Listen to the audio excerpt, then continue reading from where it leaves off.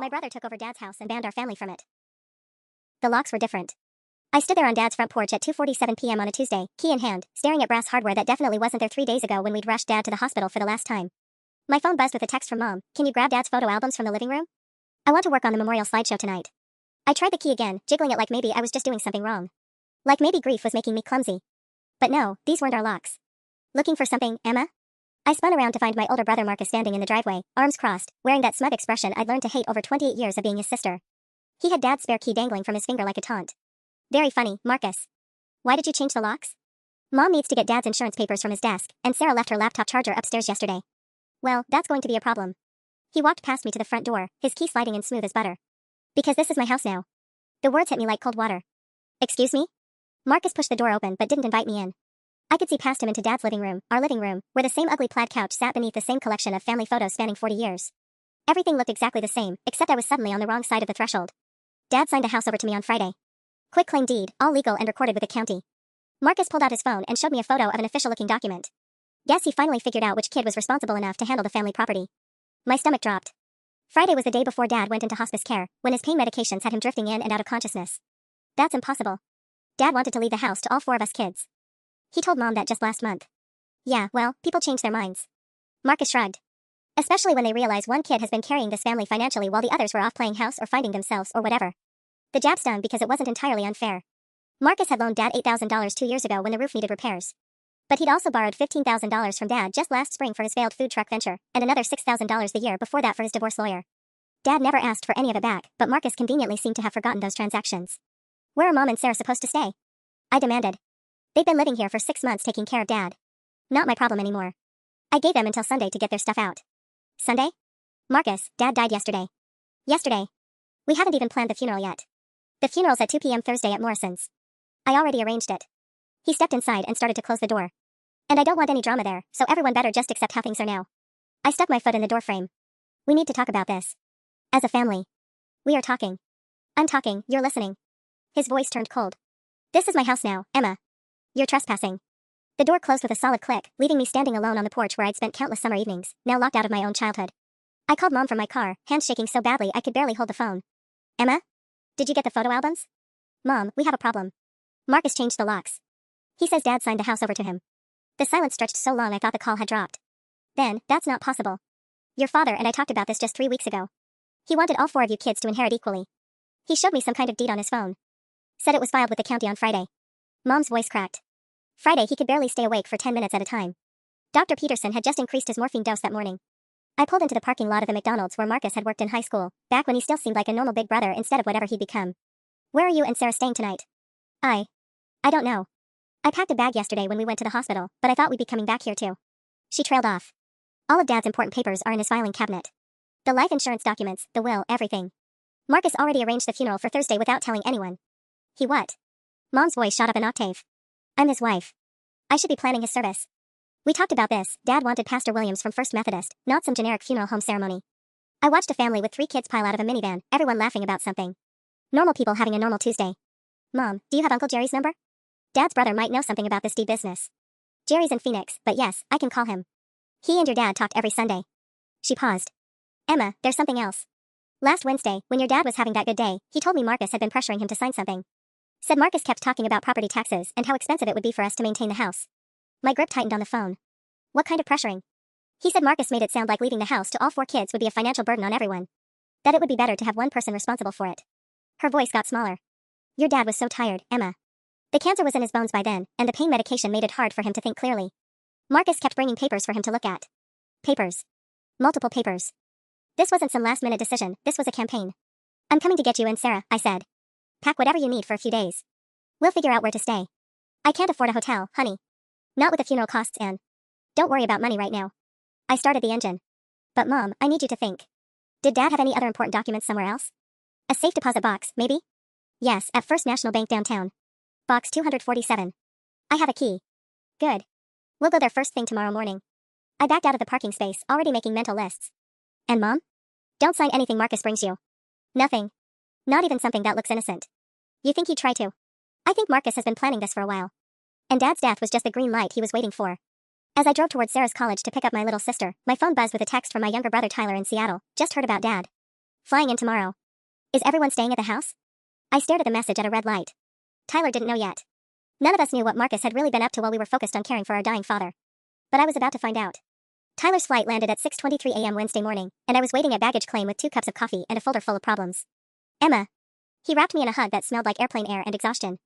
At 25, Tyler still looked like the baby of the family, all sandy hair and freckles that made him seem younger than his years.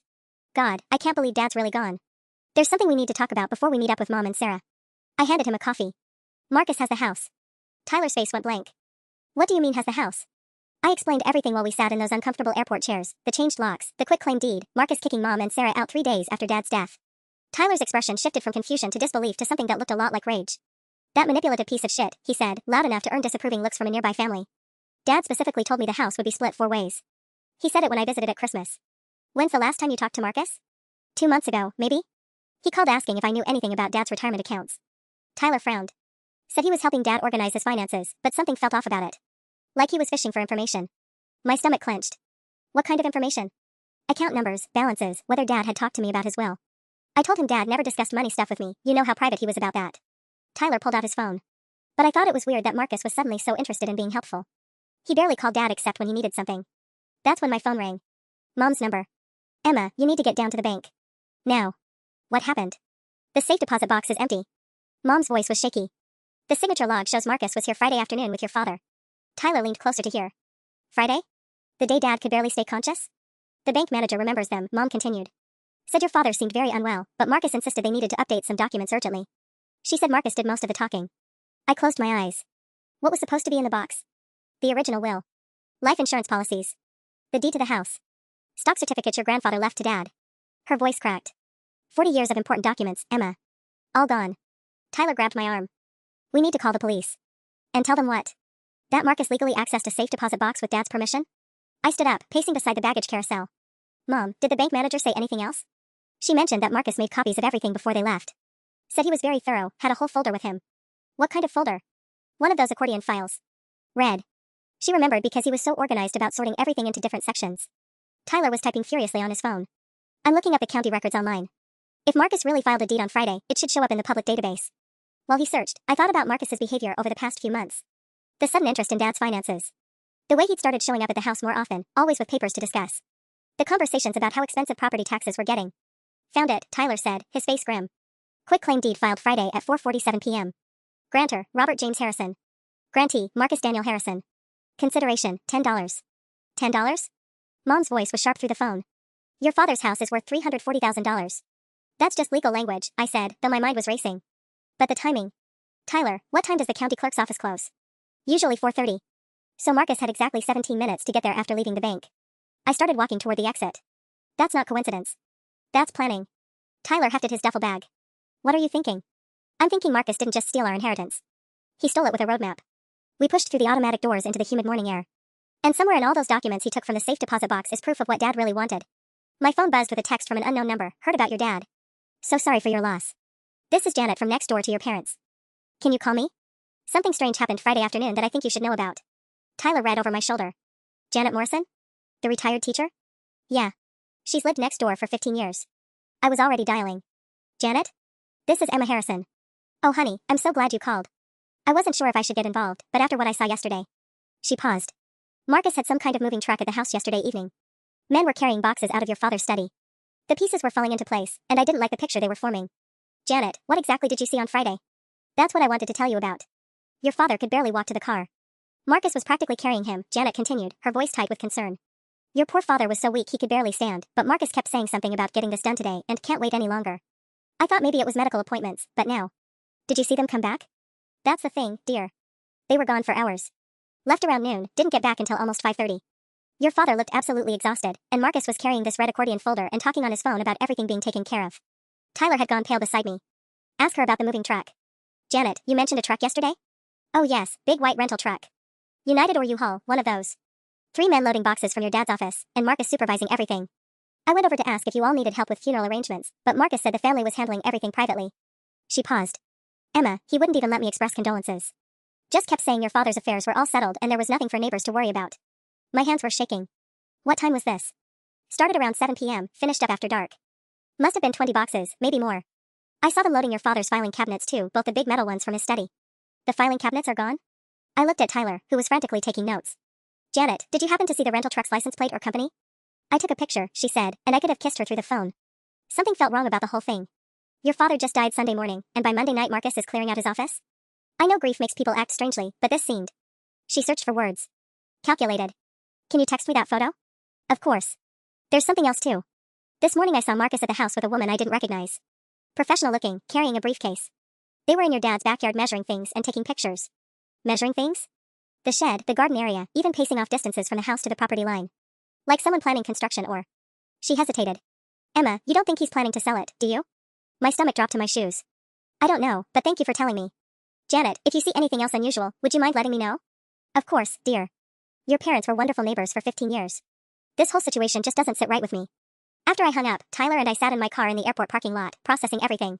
He cleared out Dad's office the day after he died, Tyler said slowly. Who does that? Someone who needed to make sure we couldn't find something. I started the engine. And now he's got strangers measuring the property. Janet's right, he's going to sell it. Can he do that? Legally, I mean? If the deed's legitimate, yeah. But Tyler, think about the timeline. Dad signs over a $340,000 house on Friday for $10 while he's barely conscious from pain medication. Saturday he goes into hospice care. Sunday he dies. Monday Marcus is moving out evidence. Tyler pulled up something on his phone. Emma, look at this. I'm on the county assessor's website. Dad's house was just reassessed last month at $340,000, but there's a note here about a zoning variance application filed 3 weeks ago. What kind of variance? Permission to subdivide the lot into 2 parcels. His voice was grim. Marcus isn't just stealing our inheritance. He's planning to split the property and develop it. The picture was becoming crystal clear, and it made me sick. While we'd been focused on caring for Dad, Marcus had been laying groundwork for the biggest theft of his life. We need to see Mom and Sarah, I said. And then we need to figure out exactly what Marcus took from that safe deposit box. Because somewhere in those missing documents was the proof we needed that our father never intended to disinherit his other 3 children. We just had to find it before Marcus covered his tracks permanently. We found Mom and Sarah at the Comfort Inn on Highway 9, sharing a room that smelled like industrial disinfectant and defeat. Sarah was curled up on one of the twin beds, still wearing the same clothes from the hospital 3 days ago, scrolling through her phone with red-rimmed eyes. Mom sat at the small table by the window, surrounded by crumpled tissues and a notepad covered in crossed-out funeral arrangements. Tyler. Sarah launched herself at our younger brother, and for a moment we were just 4 people who'd lost their father, not victims of a theft we were still trying to understand. Okay, I said once we'd all settled in. We need to make a list of everything Marcus has taken and everything we know. Mom pulled out a manila envelope. I'd been trying to remember what was in the safe deposit box. The original will from 2019, I was there when your father had it notarized. Life insurance policies worth $150,000 total. The house deed Dad inherited from Grandpa Harrison in 1987. What about Dad's personal papers? Tyler asked. Bank statements, investment accounts? Most of that was in his filing cabinets at home. Mom's voice got smaller. The ones Janet saw Marcus loading into that truck. Sarah looked up from her phone. I found something weird on Marcus's Facebook. He posted a photo yesterday of some legal documents on his kitchen table. The caption says, finally getting Dad's affairs in order, with a bunch of hashtags about responsibility and family legacy. Can you screenshot it? Already did. She showed us her phone. The image was blurry, but I could make out official-looking papers spread across Marcus's dining room table. Look at the comments though. I scrolled down. Most were generic condolences, but one caught my attention. From someone named Derek Chen, good luck with the permitting process, man. Those subdivision projects can be tricky, but the payoff is worth it. Derek Chen, Tyler muttered, typing on his laptop. That name sounds familiar. His face lit up. Emma, Derek Chen is a residential developer here in town. His company's website shows 3 subdivision projects in the past 2 years. The knot in my stomach tightened. Marcus is already talking to developers. Mom stood up abruptly. I need to call Jerry. Dad's brother needs to know what's happening. While Mom stepped outside to make the call, my phone buzzed with a text from Janet, that woman at your house this morning? I asked my neighbor Bill about her. He said she's a surveyor named Linda Kowalski.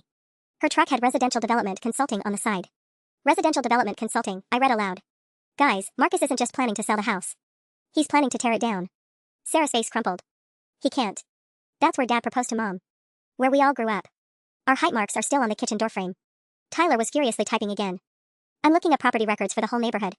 If Marcus is planning subdivision, he'd need to research comparable sales and development patterns. He paused. Emma, 3 other houses on Dad's street have been bought by development companies in the past 18 months. What happened to them? Demolished and rebuilt as duplexes. His voice was flat. The lot sizes are similar to Dad's property. Mom came back inside, her face pale. Jerry's catching a red-eye flight tonight. He'll be here tomorrow morning. She sat down heavily. But Emma, he told me something important. Your father called him 2 weeks ago, upset about Marcus pressuring him to sign papers. Jerry advised him to wait until after the funeral to make any major decisions about the house. So Dad was having second thoughts about whatever Marcus was pushing? More than that. Jerry said Dad was worried Marcus was trying to manipulate him while he was weak from the medication. He told Jerry he wanted to talk to a lawyer about protecting the house for all 4 of you kids. Sarah sat up straighter. Did he call a lawyer? That's what we need to find out. I pulled out my phone. Mom, what's the name of the attorney who handled Dad's will originally? Patricia Hendricks downtown. But Emma, I already tried calling her office yesterday. Her secretary said Dad had an appointment scheduled for this coming Monday. Monday. 4 days after he died. He was planning to change something, Tyler said quietly. Or protect something. And Marcus knew it. My phone rang, Janet again. Emma, dear, I hope you don't mind me calling again, but Marcus just left the house with 3 boxes in his car. He looked very upset, kept checking his phone like he was waiting for a call. Which direction did he go? Toward downtown. Oh, and that surveyor woman is back. She's taking pictures of the house now, including close-ups of the foundation and roofline. After I hung up, we all sat in silence for a moment. Finally, Tyler spoke up. He's moving faster now. Whatever timeline Marcus had, something's making him rush. Maybe he knows we're asking questions, Sarah suggested. I looked around at my family, displaced, grieving, and systematically robbed by someone who shared our DNA. But underneath my sadness, something harder was crystallizing. Then we need to move faster too. I made 3 phone calls from that hotel room, each one adding another piece to a puzzle I really didn't want to solve. The first was to Patricia Hendricks' office. When I explained who I was, her secretary's voice immediately softened. Oh honey, I'm so sorry for your loss. Your father seemed like such a lovely man when he called. He called? Last Tuesday, very concerned about some documents his son had brought him. He wanted to schedule an emergency consultation for Friday, but we were booked solid. The earliest I could fit him in was Monday. She paused. He seemed quite worried, kept saying he needed to fix something before it was too late. Last Tuesday. The same day Mom said Dad had his last really clear day before the pain medication increases kicked in. The second call was to First National Bank. After 10 minutes of being transferred between departments, I finally reached Mrs. Patterson, the branch manager who'd helped Dad and Marcus on Friday. I remember your father, she said carefully. He seemed very unwell, and I was concerned about his capacity to make financial decisions that day. But his son assured me everything had been discussed as a family. What exactly did Marcus tell you? That your father wanted to simplify his estate to avoid probate complications for the surviving family members. He had all the paperwork already prepared, very organized, very professional looking. She hesitated. I did ask your father directly if he understood what he was signing, and he nodded, but... He kept looking at his son instead of at me when I asked questions. And when I asked him to initial one section, his son had to point to where he should sign. That's unusual for someone making such a significant decision. The third call was to the county clerk's office. After navigating their phone system, I reached a clerk named David who pulled up the deed filing. Filed at 4:47 p.m. on Friday by Marcus Harrison, he confirmed. But there's something odd about this one. Odd how? Well, we usually see quitclaim deeds between family members for estate planning purposes, but they're typically filed with the original will or as part of a larger estate transfer. This one was filed alone, and... He clicked some keys. Your brother paid for rush processing. Extra $50 to get it recorded same day. Is that unusual? Put it this way, in 15 years working here, I've never seen someone pay rush fees on a Friday afternoon unless they were trying to beat a deadline. Like a foreclosure or court order. After I hung up, Tyler looked up from his laptop. Emma, I've been digging into Marcus's finances. Remember how he borrowed money from Dad for that food truck business? Yeah, $15,000 last spring. Well, the food truck was repossessed in August. But get this, I found his business license application from March. He listed Dad's house as collateral for a $25,000 startup loan from First Community Credit Union. My blood ran cold. He used Dad's house as collateral without Dad knowing? It gets worse. The loan went into default in September. According to the credit union's website, they were starting foreclosure proceedings this month. Sarah gasped. So Marcus didn't just steal the house. He needed it to cover his debts. That explains the rush, Mom said quietly. If the credit union was foreclosing on their loan, Marcus needed clear title to the property to negotiate with them. Tyler kept typing. And Emma, remember that developer Derek Chen who commented on Marcus's Facebook post? I found his company's projects online. They specifically target properties with development potential in established neighborhoods. The profit margins are huge. Buy a $340,000 property, subdivide it, build 2 $280,000 duplexes. That's over $200,000 profit, I calculated. Exactly. Enough to pay off his debts and have plenty left over. Tyler's face was grim. Marcus has been planning this for months, maybe longer. Dad's illness just gave him the opportunity. Mom stood up and walked to the window overlooking the highway. Your father worked 2 jobs for 8 years to pay off that house. He was so proud that his kids would inherit something valuable, something stable. Her voice cracked. He used to say the house would be his gift to your futures. My phone buzzed with another text from Janet. Marcus is back with a U-Haul truck. Smaller one this time. Loading more boxes. Also, strange thing, there's a for sale sign in his car, but he hasn't put it up yet. I showed the text to everyone. Sarah started crying again, but Tyler just looked angry. How long do we have before he can legally sell it? Tyler asked. I thought about everything we'd learned. If the deed's legitimate and there are no legal challenges, probably whenever he wants to. Could be days. Then we better find proof that it's not legitimate, Mom said, turning back from the window. Because I refuse to let Marcus erase your father's memory for money. Looking back, I should have realized something was wrong when Marcus started caring about family unity. But grief makes you stupid, and I wanted to believe my brother had finally grown up at 32. That became crystal clear Thursday morning when we arrived at Morrison's funeral home for Dad's service. I'm sorry, but there seems to be some confusion about the arrangements, the funeral director, Mr. Morrison, said when Mom introduced herself as Dad's wife. Mr. Marcus Harrison specifically requested a private service for immediate family only. Mom's face went white. Private? Robert had friends from work, neighbors, church members who want to pay their respects. I understand, ma'am, but the arrangements were made very clear. Immediate family only, brief service, no visitation beforehand. Mr. Morrison consulted his tablet. Mr. Marcus Harrison also selected a closed casket ceremony. Closed casket? Sarah's voice cracked. But Dad looked peaceful when he died. We wanted people to see him at rest. Mr. Morrison looked uncomfortable. Those were the specific instructions I received, along with full payment for services rendered. Tyler stepped forward. How much was full payment? $8,400 for our basic package. Paid in cash on Monday morning. I felt sick. Mr. Morrison, did my brother say why he wanted it private? He mentioned that your father was a very private person who wouldn't want a big fuss. Said the family preferred to grieve without outside interference. The funeral director paused. He also mentioned there might be some family disputes over the estate, and he wanted to avoid any uncomfortable scenes during the service. Estate disputes. Marcus was already laying groundwork for his narrative, that he was the responsible son protecting Dad's dignity while his siblings caused drama over money. The service itself was surreal. Just the 5 of us, Mom, Sarah, Tyler, me, and Marcus, sitting in a room designed for 50 people. Pastor Williams from Dad's church had been uninvited, replaced by a generic funeral home chaplain who'd never met our father. The man mispronounced Dad's name twice and called him Robert instead of Bob like everyone who actually knew him. Marcus sat in the front row by himself, playing the part of the grieving eldest son. He'd prepared a eulogy that made Dad sound like a distant, practical man who valued fiscal responsibility and logical decision-making above all else. Dad always said family money should go to the person most capable of managing it wisely, Marcus said, looking directly at me. He believed in rewarding responsibility, not enabling dependency.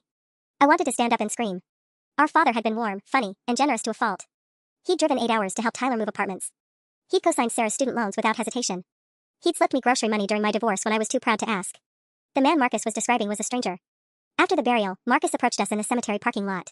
I know this is difficult, he said, his voice dripping with fake sympathy, but I think it's best if we all take some time to process Dad's death separately. Let emotions settle before we try to discuss practical matters. What practical matters? Mom demanded. Well, there will be probate proceedings, tax implications, estate administration. Complex stuff that requires careful handling. He straightened his tie.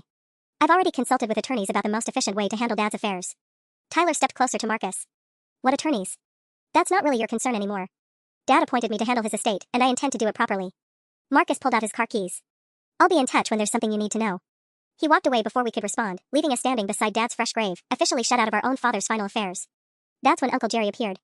Uncle Jerry looked like Dad would have in 10 years, same weathered hands, same stubborn jawline, but with silver hair and the kind of deep tan that comes from decades of Arizona sun. He was standing by the cemetery gates with a woman I didn't recognize, both of them watching Marcus's car disappear down the hill. Emma? He walked over and pulled me into a hug that smelled like coffee and airplane peanuts. I got in this morning. Figured I'd pay my respects before finding you all. Uncle Jerry, thank God you're here. Mom's voice was shaky with relief. Did you see the service? Saw enough. His expression was grim. Bob would have hated that sterile nonsense. No Pastor Williams, no friends, no stories about the time he accidentally drove the riding mower into Mrs. Peterson's hedge. He shook his head. That wasn't a celebration of your father's life. That was a performance. The woman with him stepped forward. She was maybe 50, with short gray hair and intelligent eyes behind wire-rimmed glasses. I'm Linda Morrison, no relation to the funeral home, she said with a slight smile. I'm a probate attorney here in town. Jerry called me this morning. Tyler and I exchanged glances. Called you about what? Jerry pulled out his phone. About this voicemail your father left me last Tuesday night. I was in surgery, hip replacement, so I didn't get it until Wednesday morning. By then he was back on heavy pain medication and couldn't really talk coherently. He put the phone on speaker. Dad's voice, weak but unmistakably distressed, filled the cemetery air. Jerry, it's Bob. I need your help. Marcus brought me papers today, wants me to sign over the house to him. Says it's for tax purposes, to avoid probate, but something feels wrong. He keeps saying I don't have time to think about it, that I need to decide now before. There was a long pause, the sound of labored breathing. I'm scared I'm making a mistake, Jerry. The medication makes everything fuzzy, but this doesn't feel right. He won't let me call Patricia Hendricks. Says lawyers will just complicate things. Can you call me tomorrow? I need someone to talk sense with me. The voicemail ended. We all stood in stunned silence. Your father called me 3 more times over the next 2 days, Jerry said quietly. But by Wednesday morning, Marcus was screening his calls. Told me Dad was too sick to talk, that the family was handling everything. Linda Morrison spoke up. Based on what Jerry's told me and what I observed today, I believe you have grounds to challenge that quitclaim deed. A person under the influence of heavy pain medication, facing pressure to make immediate decisions about major assets, without independent legal counsel, that's textbook undue influence. Sarah grabbed my arm. Does that mean we can get the house back? It means we can try. But we'll need evidence that your father wasn't of sound mind when he signed, or that Marcus used coercion. Linda pulled out a business card. I've already filed a preliminary injunction to prevent sale of the property while we investigate. My heart leaped. You can do that? I did it an hour ago, right after Jerry played me that voicemail. As of 3 p.m. today, Marcus cannot sell, transfer, or significantly modify the property without court approval. Uncle Jerry smiled grimly. Your dad asked me to call him back, so that's what I'm doing. Just took me a few days longer than expected. Tyler was typing frantically on his phone. Linda, what kind of evidence would we need? Medical records showing your father's cognitive state. Testimony from people who witnessed Marcus's behavior during those final days. Bank records, documentation of any financial pressure or debts that might have motivated the transfer. She paused. And we'd need to prove what your father's true intentions were for the property. I thought about Janet's photos, the bank manager's concerns, the rushed filing at the county clerk's office. We might have more evidence than you think. Good. Because Marcus's attorney will argue that your father was competent and made a rational decision to reward his most responsible child. Linda's expression was serious. We need to prove that's not what happened. Uncle Jerry put his arm around Mom's shoulders. Bob told me exactly what he wanted for that house. Same thing he'd been saying for 20 years, split 4 ways among his kids, with the option for Alice to live there as long as she wanted. He said that on the voicemail too, I realized. That's what the papers were supposed to say, before Marcus changed them. Linda nodded. That voicemail might be the most important piece of evidence we have. It establishes your father's true intent and his concern about being pressured. My phone buzzed with a text from Janet. Marcus is back at the house with that surveyor woman and 2 men in suits. They're measuring the foundation and taking lots of pictures. Thought you should know. I showed the text to Linda. Her face hardened. He's still moving forward with development plans, even knowing there might be legal challenges. She pulled out her own phone. I'm calling the sheriff's office right now. Marcus is about to learn that he can't just steal a house and pretend it's legal. The sheriff's deputy who met us at Dad's house was a woman named Officer Martinez, maybe 45, with a kind of no-nonsense expression that suggested she'd dealt with plenty of family drama over the years. She listened while Linda explained the injunction, nodding occasionally as she took notes. So legally, Mr. Marcus Harrison cannot make any modifications or improvements to this property without court approval, Linda concluded, handing Martinez a copy of the paperwork. Understood. Martinez walked toward the front door where Marcus stood with his arms crossed, flanked by the surveyor and 2 men in expensive suits who screamed development money. Mr. Harrison? I need to speak with you about some legal restrictions on this property. I watched Marcus's face cycle through confusion, annoyance, and finally rage as Martinez explained the situation. Even from 20 feet away, I could hear his voice rising. This is harassment. I own this property legally. I have the deed right here in my track. Sir, ownership isn't the issue. The court has placed a temporary restriction on any alterations pending a legal review. Martinez's voice stayed professionally calm. These gentlemen need to stop their survey work immediately. One of the suits, tall, silver-haired, definitely the money guy, stepped forward. Officer, we have a signed development agreement with Mr. Harrison. Our company has already invested significant resources in this project. What company? I called out, unable to stop myself. Silverhair looked annoyed at being addressed directly. Pinnacle Residential Development. We specialize in neighborhood revitalization projects. Tyler was already Googling on his phone. Emma, he whispered, Pinnacle bought those other 3 houses on Dad Street. They're the ones who demolished them for duplexes. Uncle Jerry moved closer to the group. Marcus, what kind of development agreement? Marcus's jaw tightened. That's none of your business, Jerry. You don't live here anymore. No, but my brother did. And he sure as hell didn't want his house bulldozed for condos. Jerry's voice carried the same steel I remembered from childhood lectures. Bob told me you'd been pressuring him, but I didn't realize you'd already lined up buyers. The surveyor, Linda Kowalski, started packing up her equipment. Mr. Harrison, given these legal complications, Pinnacle will need to postpone our timeline pending resolution. There are no legal complications. Marcus snapped. This is just my family being vindictive because Dad didn't leave him anything. That's when Linda Morrison stepped forward with a folder I hadn't seen her carrying. Actually, Marcus, there are several complications. Starting with the fact that you used this property as collateral for a business loan without your father's knowledge or consent. Marcus went pale. I don't know what you're talking about. First Community Credit Union, loan application dated March 15th, collateral listed as 847 Maple Street. Linda opened the folder. Your signature on the application, but no cosigner signature from the property owner. That's fraud. The silver-haired developer looked at Marcus sharply. You didn't mention any outstanding liens on the property. There are no liens, Marcus said quickly. I paid off that loan. Tyler held up his phone. Actually, according to the credit union's public filing system, the loan is currently 96 days past due with accelerated payment demanded. I watched Marcus's carefully constructed plan crumble in real time. The developer and surveyor were already walking toward their vehicles, clearly wanting distance from a deal that had just become radioactive. Officer Martinez was taking detailed notes, probably recognizing that this family dispute had criminal implications. Marcus, Mom said quietly, just tell us the truth. How much money do you owe? For a moment, my brother looked like the scared kid he'd been at 12 when Dad caught him stealing lunch money from Sarah's backpack. Then his face hardened again. I don't owe anyone anything. And I don't have to explain my finances to people who couldn't even be bothered to help when Dad was sick. He pulled out his car keys. This house is mine legally. Sue me if you don't like it. But as he walked toward his truck, I noticed his hands shaking as he fumbled with the keys. Whatever Marcus owed, and to whomever he owed it, the pressure was getting to him. Which meant we were finally getting somewhere. The call came at 2:17 a.m. Friday morning. I fumbled for my phone in the dark hotel room, expecting another update from Janet about Marcus's late-night activities. Instead, it was Marcus himself. Emma.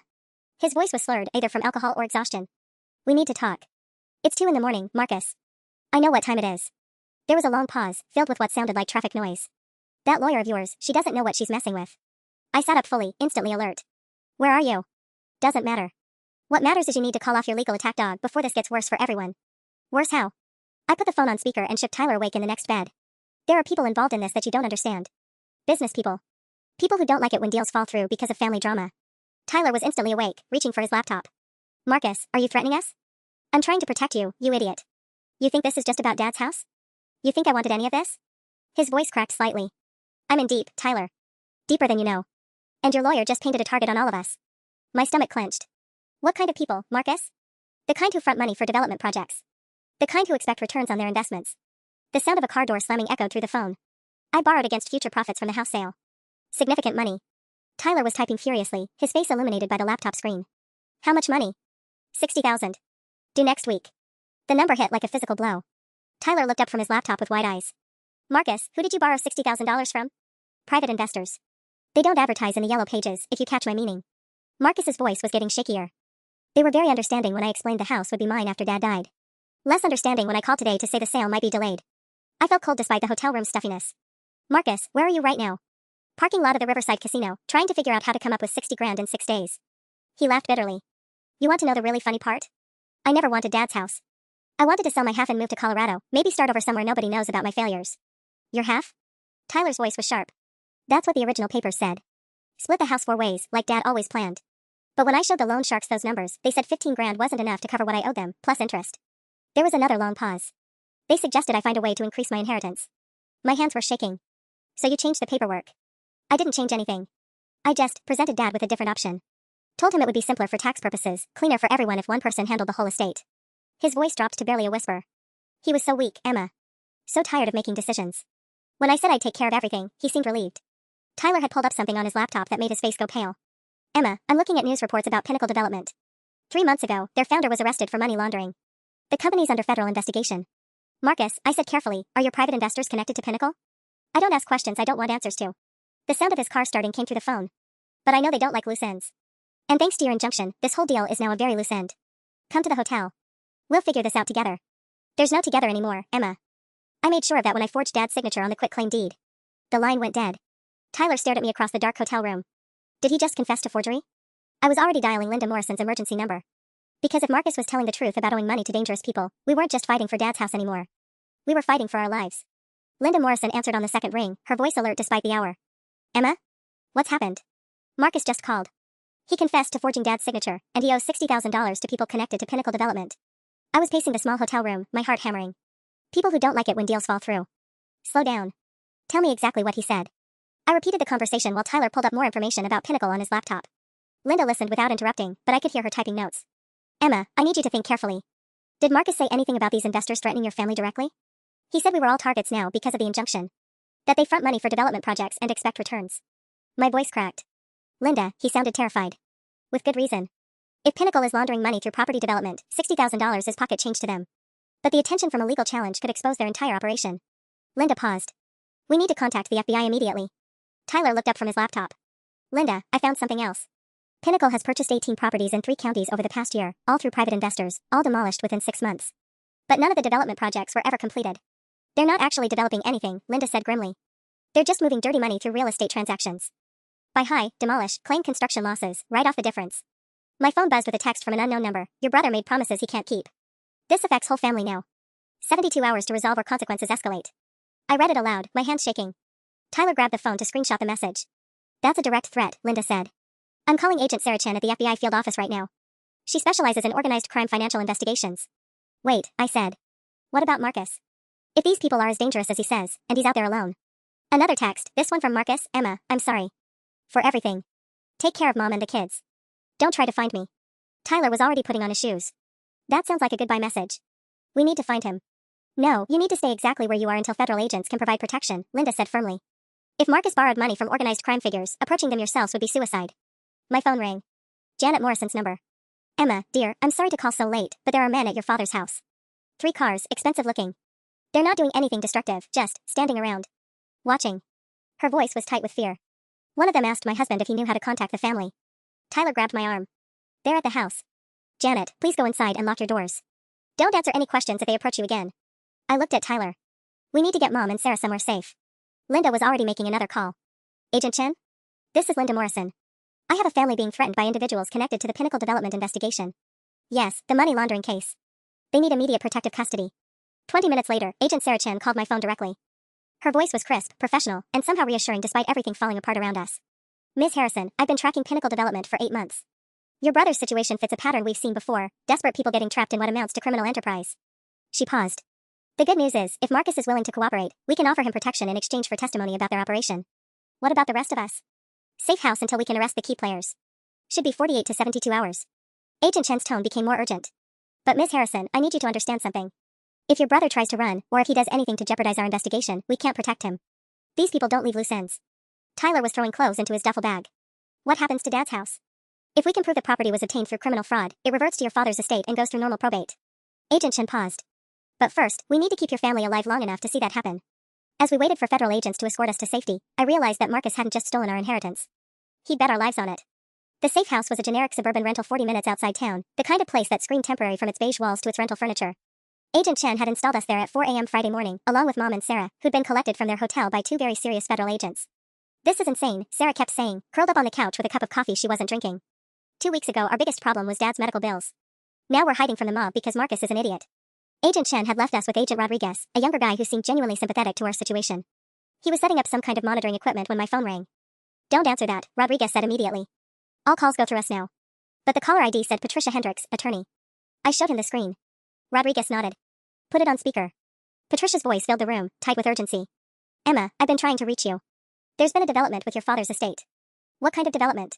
I found something. Yesterday, after we spoke, I checked my office safe. Your father came to see me 3 months ago, not for the appointment he'd scheduled for this Monday, but back in September. He was very specific that what he was leaving with me should remain confidential until after his death. Mom sat up straighter. What did he leave? A sealed envelope containing a copy of his true will, dated September 15th, along with a notarized letter explaining his concerns about Marcus's financial pressure. Patricia paused. Robert suspected Marcus might try to manipulate him during his final illness. He wanted to make sure his real intentions were documented with an independent third party. Agent Rodriguez leaned forward. Ma'am, what exactly does the will say? Standard 4-way split of the house among his children, with Alice retaining lifetime residence rights. But more importantly, there's an explicit clause stating that if any beneficiary attempts to claim sole ownership through coercion or fraud, their inheritance is forfeited and redistributed to the other siblings. Tyler let out a shaky laugh. Dad knew. He actually knew Marcus would try something like this. There's more, Patricia continued. The letter describes several conversations where Marcus pressured him to sign financial documents, including something about using the house as collateral. Your father was very concerned about Marcus's debts and what he called dangerous associations. My heart was pounding. Patricia, does this mean the quitclaim deed is invalid? Combined with the evidence Linda Morrison has gathered about undue influence, and now with federal investigators confirming criminal enterprise involvement? Yes, I believe we can void that deed completely. Agent Rodriguez was taking notes. Ms. Hendricks, we'll need copies of those documents as evidence in our investigation. Of course. But there's something else you should know. Patricia's voice dropped. Someone broke into my office last night. They didn't take any money or equipment, but my filing cabinet was rifled through. Whoever it was knew exactly what they were looking for. The room went silent. Finally, Rodriguez spoke up. Ma'am, are those documents safe? The originals are in my bank's safe deposit box, and I made copies for Linda Morrison this morning. But... She hesitated. I'm concerned about who might have known your father left something with me. Tyler was already typing on his laptop. Marcus. Dad probably told him he'd spoken with a lawyer. My phone buzzed with a new text from Marcus's number. They know about the lawyer. Patricia Hendricks isn't safe. Neither are any of you unless this gets resolved fast. Meet me at the Old Grain elevator on Route 47 at noon. Come alone or they'll assume you're bringing feds. Agent Rodriguez grabbed my phone. Nobody's meeting anyone anywhere. That's exactly how people disappear permanently. But even as he said it, I was thinking about my brother somewhere out there, caught between federal investigators and criminal investors, with nobody left to trust and nowhere left to run. The question was, how many more people were going to get hurt before this ended? Agent Rodriguez was on his radio within seconds, coordinating a response to Marcus's message, when Patricia Hendricks called back. Emma, I need to tell you something else. After I hung up, I remembered, your father wasn't the only Harrison who came to see me recently. My blood went cold. What do you mean? Your Uncle Jerry called my office Wednesday morning, before he flew in from Phoenix. He wanted to know if Robert had left any documents with me, said it was urgent family business. Patricia's voice was troubled. I told him about the sealed envelope, Emma. I thought he was trying to help. Agent Rodriguez grabbed the phone. Ma'am, this is Agent Rodriguez with the FBI. Did you give Jerry Harrison copies of those documents? No, but I confirmed they existed. He seemed very relieved, said it would help resolve some family disputes. She paused. Why? Is Jerry not trustworthy? Tyler looked at me with wide eyes. Emma, where exactly is Uncle Jerry staying? I realized with a sinking stomach that I had no idea. He said he flew in Thursday morning, but we never asked where he was staying. He just showed up at the cemetery. Rodriguez was already making calls, but something about the timeline was bothering me. I pulled out my phone and scrolled back through my messages from the past few days. Agent Rodriguez, Marcus texted me at 2:17 a.m. Friday morning from the Riverside Casino parking lot. But look at this. I showed him my phone. The threatening text about 72 hours to resolve came at 2:31 a.m. 14 minutes later. Could be coincidence. Or someone was watching Marcus make that call to me. I thought about Uncle Jerry's convenient appearance at the cemetery, how he'd shown up with a probate attorney already lined up. How did Jerry know we needed a lawyer? We never called him about our legal problems. Tyler was frantically typing on his laptop. Emma, I'm looking at flight records from Phoenix Sky Harbor. There's no Jerry Harrison on any passenger manifest arriving Thursday. Mom looked confused. But he was at the cemetery. We saw him. We saw someone who looked like Dad would have in 10 years, I said slowly. Someone who knew Dad called him about Marcus pressuring him to sign papers. Someone who conveniently had a voicemail that perfectly supported our case against Marcus. Agent Rodriguez was listening intently. You think Jerry Harrison isn't who he claims to be? I think Jerry Harrison might be exactly who he claims to be, Tyler said, pulling up something on his screen. Emma, look at this. Real Jerry Harrison, Dad's brother, died in a car accident in Phoenix 6 months ago. Obituaries right here in the Arizona Republic. The room went completely silent. Mom's coffee cup clattered to the floor. So who, Sarah whispered, is the man who's been helping us? My phone rang again. The caller ID said Uncle Jerry. Agent Rodriguez nodded grimly. Answer it. Keep him talking. I hit speaker. Jerry? Emma, sweetheart, I got good news. I just met with Linda Morrison and we've got everything we need to nail Marcus to the wall. The familiar voice, so much like Dad's, filled the room. Can you meet me at your father's house? I want to walk through his office, see if Marcus missed anything when he cleared it out. The house isn't safe. There were men there last night. Don't worry about that. I took care of it. Just family business now. He chuckled. Besides, I've got something Marcus left behind that you're going to want to see. Evidence that proves he's been planning this for months. Rodriguez was writing frantically on a notepad, keep him talking, trace in progress. What kind of evidence? Bank statements showing payments to Pinnacle Development going back 8 months. Turns out your brother's been in bed with these development criminals a lot longer than any of us realized. His voice hardened slightly. Emma, Marcus played all of us. Even me. But now we can make him pay for what he did to Bob's memory. I looked around the room at my terrified family, then at Agent Rodriguez who was getting updates through his earpiece. Jerry, I don't think we should go to the house right now. Maybe we could meet somewhere public? Emma. His voice changed completely, colder, more controlled. I really think you should reconsider. See, I've invested considerable time and resources in resolving this situation properly. It would be disappointing if you chose not to cooperate now. The line went dead. Agent Rodriguez looked at his team. We've got a location. He's at the house, and he's not alone. Sarah grabbed my arm. Who is he? What does he want? Rodriguez was already putting on his vest. I think he wants exactly what Marcus promised those investors, a clean property sale with no legal complications. But we're the legal complications, Tyler said quietly. Exactly. Which means Jerry just stopped pretending to be our ally. Agent Rodriguez was coordinating tactical units when my phone buzzed with a text from Linda Morrison. Emma, something's wrong. Jerry just left my office with copies of all our legal documents. Said you'd authorized him to handle everything. Please confirm this is legitimate. My stomach dropped. He's been playing all sides, I told Rodriguez.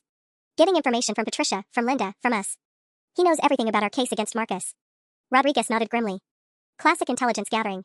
Map out all the players, identify all the threats, then eliminate them systematically. His radio crackled with updates.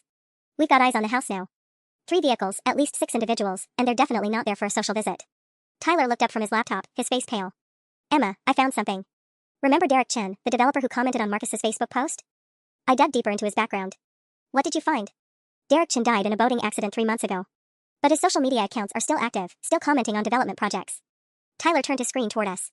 Someone's been using dead people's identities to build credible backgrounds for this operation. Mom finally spoke, her voice barely a whisper. How many people are involved in this? Agent Rodriguez was getting more updates through his earpiece. Based on what we're seeing, this isn't just about your father's house. Pinnacle Development has been systematically targeting vulnerable property owners across 3 states. Your brother just happened to make himself the perfect mark. My phone rang again. This time the caller ID showed Marcus's number, but when I answered, it wasn't Marcus's voice. Emma Harrison? The voice was smooth, professional, with the slightest hint of an accent I couldn't place. My name is David Kowalski. I believe you've met my associate who's been helping with your family's legal situation. Where's Marcus? I demanded. Your brother is safe, for now. He's been very cooperative in explaining the complications that have arisen with our business arrangement. He paused. Unfortunately, those complications now extend to your entire family's interference in what should have been a simple property transaction. Agent Rodriguez was frantically signaling his team, trying to keep the trace active. What do you want? I asked. A resolution. Your brother promised us a clean property sale. Instead, we now have court injunctions, federal investigations, and multiple parties claiming ownership rights. His voice hardened. This is bad for business, Miss Harrison. The property legally belongs to my father's estate. Legal ownership is a flexible concept when the right pressure is applied. Your father's house is worth $340,000. The development rights make it worth considerably more. Divided 4 ways among heirs who might fight over every detail for years? That's worthless to us. Tyler grabbed my arm, pointing to his laptop screen. He pulled up a satellite view of our neighborhood, with red dots marking properties. Emma, look at this. Every house Pinnacle bought was owned by elderly people who died within 6 months of the sale. David Kowalski was still talking. We're prepared to offer your family a generous settlement. $50,000 each for you, Tyler, and Sarah to sign away your inheritance rights. Your mother receives $100,000 and lifetime residence at a comparable property in Florida. You're asking us to take $250,000 for a property worth 3 times that much. I'm asking you to take $250,000 for your lives, he said quietly. Because the alternative is that your family joins the growing list of people who've had unfortunate accidents while disputing property ownership.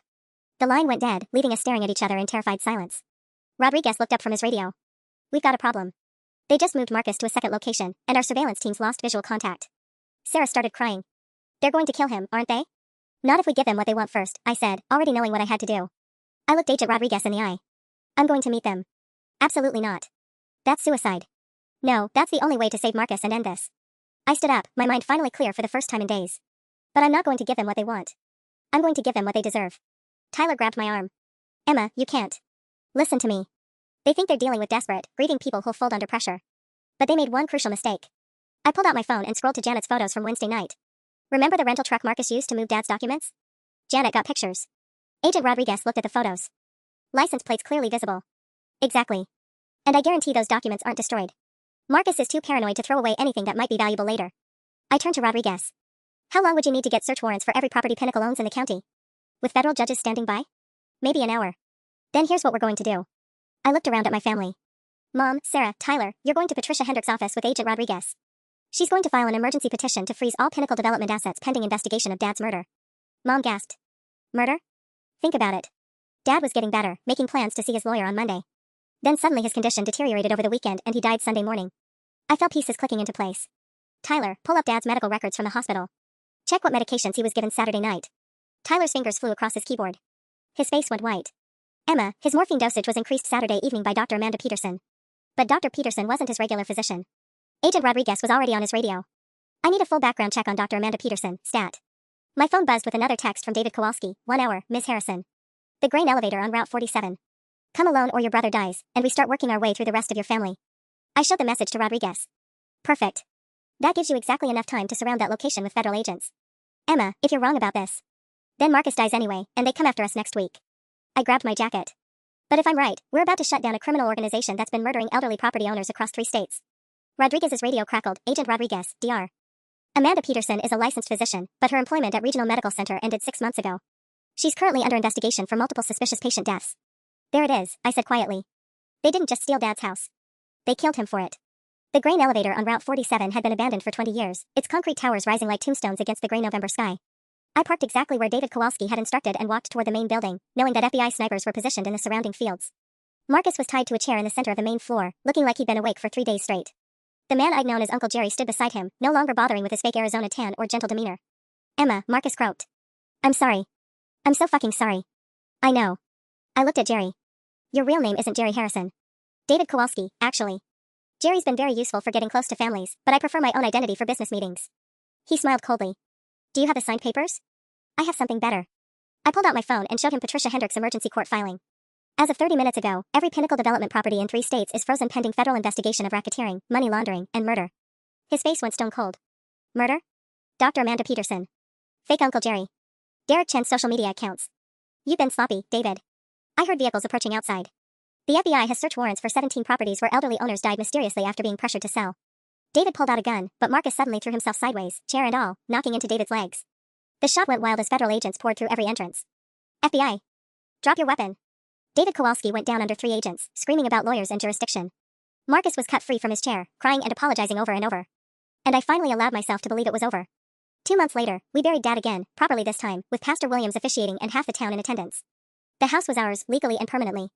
David Kowalski and 6 associates were facing federal charges for racketeering and murder in the first degree. Marcus pled guilty to fraud and received 2 years probation in exchange for testimony. He was required to pay restitution to Dad's estate, but honestly, having my brother alive and getting therapy was worth more than money. You know what Dad would say about all this? Tyler asked as we stood in Dad's kitchen, finally home. What? He'd say Marcus always was too smart for his own good, but family's family. Tyler smiled. And then he'd make us clean out that garage we'd been avoiding for 2 months. Mom laughed, the first real laugh I'd heard from her since Dad died. Well then, we better get started. Your father's probably watching, making sure we do it right. The house felt like home again. Finally.